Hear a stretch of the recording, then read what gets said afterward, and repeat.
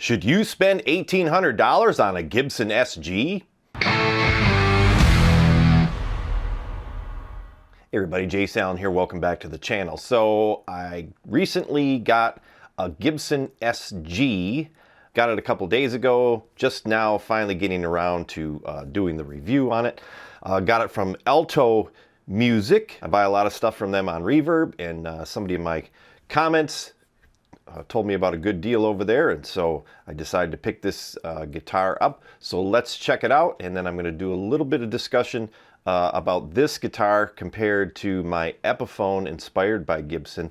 I won't do a direct shootout between those guitars in this episode, but I am going to do a comparison between those two guitars and one of the real cheap, I think it's a Fogil SG that I got. So we'll do that in a separate video. So let's check this guitar out.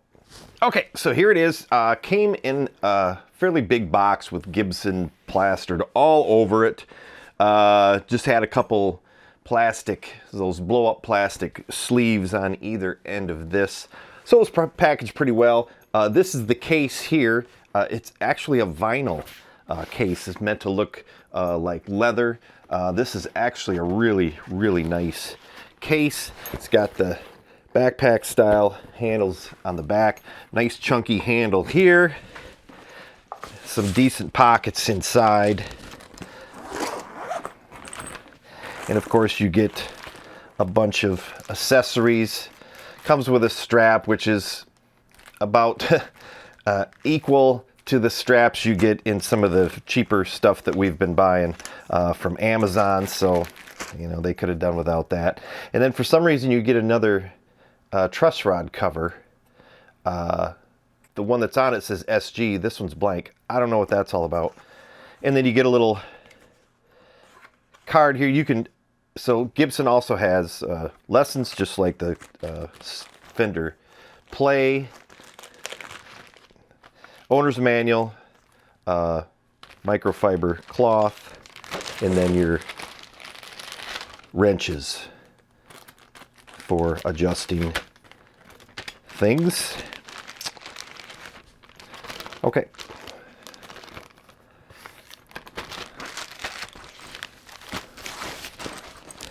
Again, nice, really nice bag.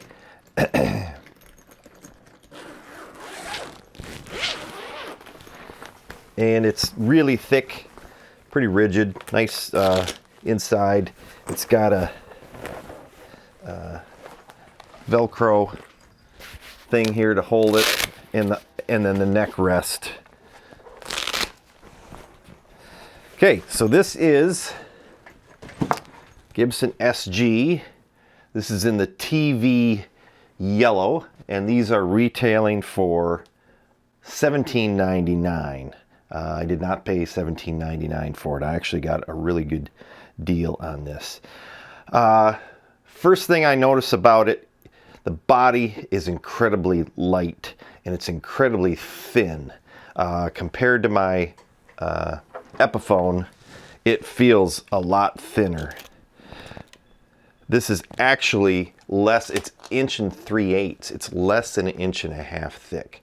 And I'm pretty sure the Epiphone, which is the inspired by Gibson, it's the 61 model. So it's got the vintage specs on it. So I'm assuming that this is more of a modern guitar. Let's check out the stats on this. Okay, so this is a nitrocellulose finish, which I didn't realize that. It is a mahogany body. They're not saying what type of mahogany it is. Single cream binding on the neck. Fingerboard radius is 12 inches. These are medium jumbo frets. These frets are actually really nice. I like them. They're not too tall. They're pretty low, but they're wide. So it's got your trapezoid inlays, which are probably just the acrylic, and the fit and finish on those looks pretty good. The fingerboard looks a little dry. This is a Indian rosewood fretboard, and it looks a little dry, so we'll have to oil that up. 22 frets, nut width is 1.694 inches or 43.05 millimeters wide. Neck is mahogany. Neck joint is set neck, obviously there. And let's see what else. Scale length is 24 3/4. Chrome hardware, Grover. Oh, so these are Grover. Yep, these are Grover branded tuners. I don't know if you can see that there. And this is an aluminum Nashville Tune-O-Matic bridge. Pick guards a 5-ply, and this one's the full face they call it.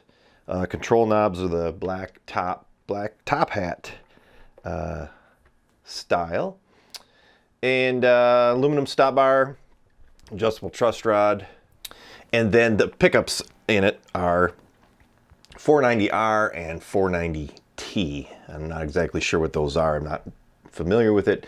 And then you have two-tone to volume, which is typical, a 3-way switch. And supposedly we're coming with number 10 strings on. Okay, so let's just see. Like I said, the fretboard looked a little dry. The frets are nice. Obviously there's no sharp fret ends because the plastic of the binding covers the ends of them, which is kind of neat. It's kind of an interesting design detail there. I would have to guess that the nut is bone. I didn't see that on here. Graphtec. So this is a Tusk or Graphtec. So let's see, what else have we got here? Beautiful neck joint. The paint job is a little semi-transparent. You can see some of the grain in it, which is really nice. That's kind of cool. Headstock is painted black. Very nice. The Gibson inlay is probably maybe abalone. Could be synthetic. I don't know. Those are the little details that I wish they would tell you, if that's an actual abalone or whatever. It's got of course the trademarked open book headstock design there, and these are nice looking strap buttons. They actually look dull, like they're almost like they're antiqued, which is interesting. Chrome covers on the pickups. Paint job is beautiful. It's pretty flawless. And the neck is one piece neck. There's no scarf joint or anything. These are the infamous necks, and I think that's why, because they are a solid piece. They're not joined. So that probably makes them a little more delicate. Made in the USA, of course. I don't know what else you can say about it. The contours on it aren't quite as, they're a little different profile than the Epiphone. So we'll do a comparison with those later, but now I just kind of wanted to go over this real quick so you can see it, and we'll play it so you can hear it, and then we'll do a comparison video in another video. So let's see how this sounds. Oh, before we do that, let's put it on a strap here. The neck on this thing is really heavy compared to the body.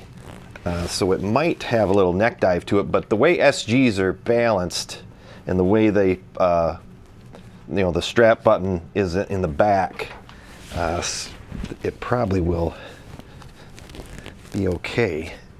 It's got a little bit of dive to it. It's a pretty heavy neck. It's a pretty heavy neck.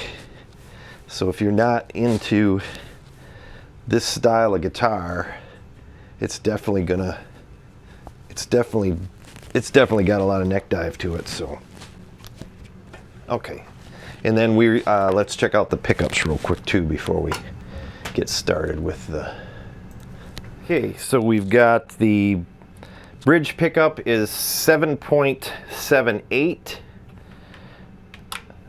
The neck pickup is 7.55. and both together is 3.83.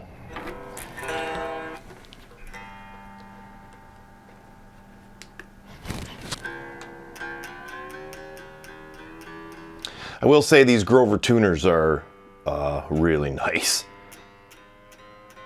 Now I know why guys will retrofit their other guitars with these. These are really, really nice tuners. So it's got good sound even before it's plugged in, good resonance.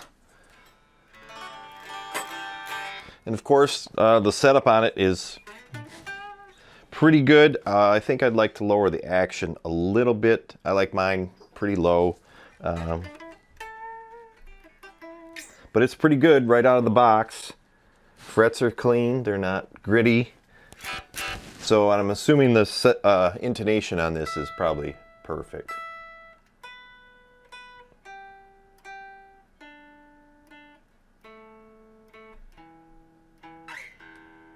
Yeah, it's perfect. Okay, so as usual, I'm going through PreSonus Revelator IO24 audio interface directly from the guitar into the audio interface. I'm running the Reaper DAW.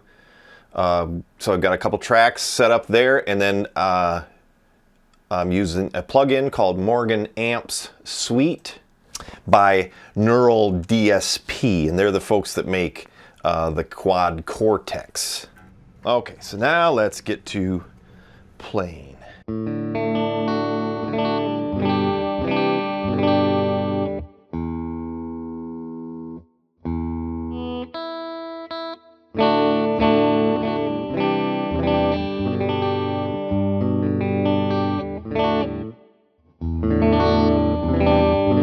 Pickups sound nice.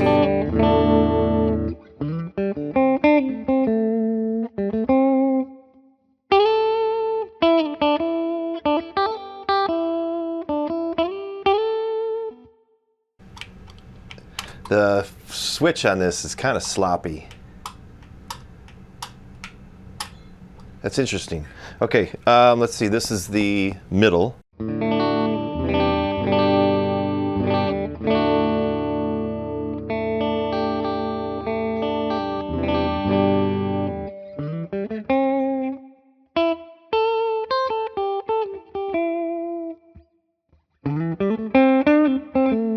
And that's the neck pickup.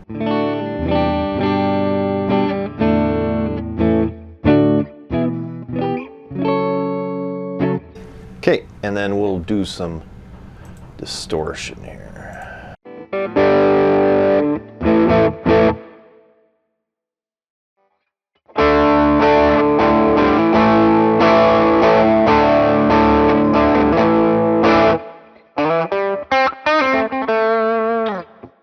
That was bridge. This is both.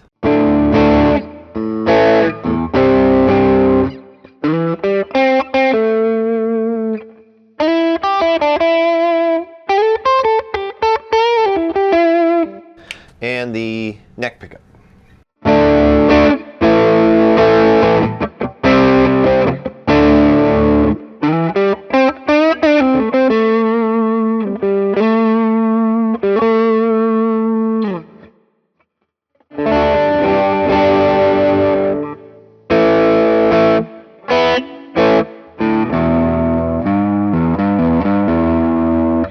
Very good.